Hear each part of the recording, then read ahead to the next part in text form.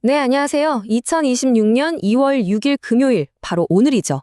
아시아 시장이 그야말로 엄청난 충격에 휩싸였습니다. 그래서 오늘 이 시간에는요, 이 현상의 원인이 도대체 뭔지, 또 앞으로는 어떻게 될 건지 아주 깊이 있는 분석 보고서의 핵심만 쏙쏙 뽑아서 한번 제대로 파헤쳐보겠습니다. 자, 오늘 우리가 살펴볼 내용입니다. 먼저 오늘 시장이 얼마나 크게 흔들렸는지 그 충격의 규모부터 체감해보고요. 그 다음엔 한국 시장이 왜 무너졌는지 그 원인을 파헤쳐 볼 겁니다. 중국과 홍콩 상황도 짚어보고 앞으로 시장이 어떻게 될지 미래 예측과 함께 보고서가 제시하는 구체적인 투자 전략까지 순서대로 알아보겠습니다. 네, 오늘 하루 시장을 한마디로 요약하면 충격적인 하락이었습니다. 정말 투자자들을 공포에 떨게 만들었는데요. 과연 그 숫자들이 어느 정도였는지 지금부터 자세히 한번 들여다보시죠. 자, 보세요. 마이너스 3.71%. 이게 뭐냐면요. 바로 코스닥 선물지수 하락률입니다. 여기가 어떤 곳이냐면 시장의 단기 변동성을 노리는, 그러니까 가장 공격적이고 투기적인 자금이 몰리는 곳이거든요. 바로 그 심장부가 이렇게나 큰 타격을 입었다는 뜻입니다. 그런데 이게 단순히 단기 투자 자금만 빠져나간 게 아니었어요.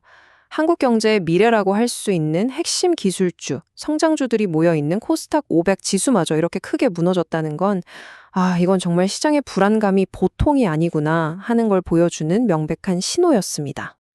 이 표를 보시면 아시아 시장 전체의 그림이 한눈에 들어오죠. 한국과 홍콩 시장은 온통 탈환불인데 유독 중국 본토, 상하이 종합지수는 하락폭이 훨씬 작습니다. 이건 아무래도 중국 정부가 곧 경기 부양책을 내놓을 거라는 기대감이 시장의 하락을 어느 정도 막아준 걸로 보입니다. 그렇다면 도대체 왜 유독 한국 시장이 이렇게까지 크게 흔들렸을까요? 보고서는 이 미스터리를 풀기 위해 몇 가지 아주 흥미로운 경제 이론들을 동원하는데요. 한번 같이 따라가 보시죠. 보고서가 가장 먼저 꺼내든 카드는 바로 집단적 어리석음이라는 개념입니다.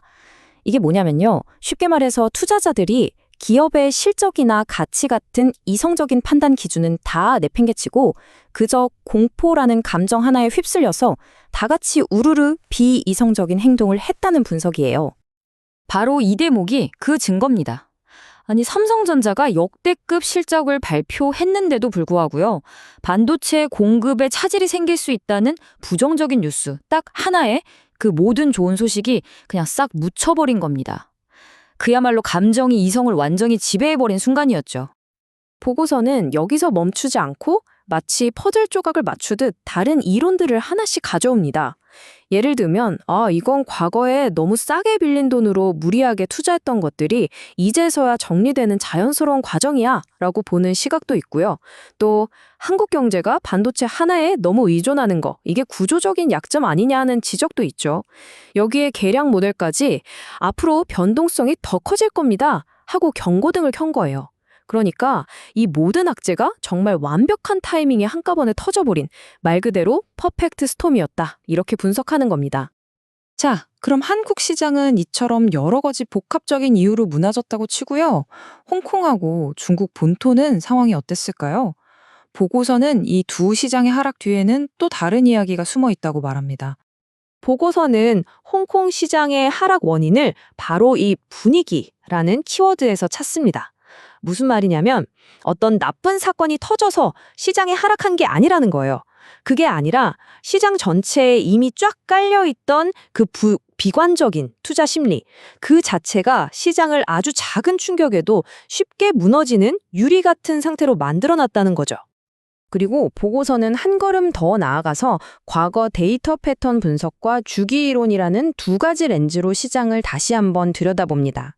그런데 두 분석 모두 약간은 섬뜩한 결론을 내놓고 있어요.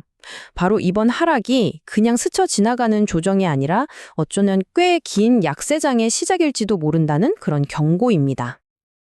자, 지금까지 과거와 현재 상황을 쭉 분석해봤습니다. 그럼 이제 가장 중요한 질문이 남았죠. 그래서 앞으로 어떻게 되는데? 보고서의 데이터 모델이 예측하는 2월의 시장 전망, 지금부터 살펴보겠습니다. 보고서는요, 이 질문에 답하기 위해 슈퍼컴퓨터를 이용해서 무려 1만 번의 가상 시뮬레이션을 돌렸습니다. 이걸 통해 앞으로 시장이 움직일 확률이 가장 높은 범위를 예측했는데요. 그 결과 지금 바로 공개합니다. 모델의 예측 결과를 보니까요, 한 가지 공통점이 보입니다. 바로 엄청난 변동성이 예고됐다는 거죠. 특히 코스닥의 예상 변동 범위가 마이너스 9.3%에서 플러스 3.6%로 가장 넓게 나타났는데요. 이건 그만큼 성장주 중심의 코스닥 시장이 앞으로 겪게 될 불확실성이 가장 크다는 걸 의미합니다. 이렇게 한치 앞을 내다보기 힘든 시장에서는 도대체 어떻게 투자를 해야 할까요? 보고서는 이런 상황일수록 감정에 휘둘리지 말고 정해진 규칙에 따라 기계처럼 움직이는 퀀트 전략이 대안이 될 수 있다고 제안합니다. 그러니까 이 전략의 진짜 핵심은요, 앞으로 시장이 오를까 내릴까 하고 점을 치는 게 아니라는 겁니다. 그게 아니라 어떤 상황이 오던 우리는 미리 짜놓은 각돈대로 기계처럼 착착 대응할 수 있는 시스템을 만들자는 거죠. 뭐랄까, 비가 올 것 같아서 우산을 챙기는 게 아니라 그냥 언제 비가 와도 괜찮도록 항상 가방에 작은 우산을 넣어 다니는 것과 비슷하다고 할 수 있겠네요. 결국 보고서는 우리에게 이 근본적인 질문을 던지면서 끝을 맺습니다. 이 모든 복잡한 분석과 모델들, 과연 이게 시장의 시끄러운 소음 속에서 진짜 의미 있는 신호를 찾아내는 도구일까요?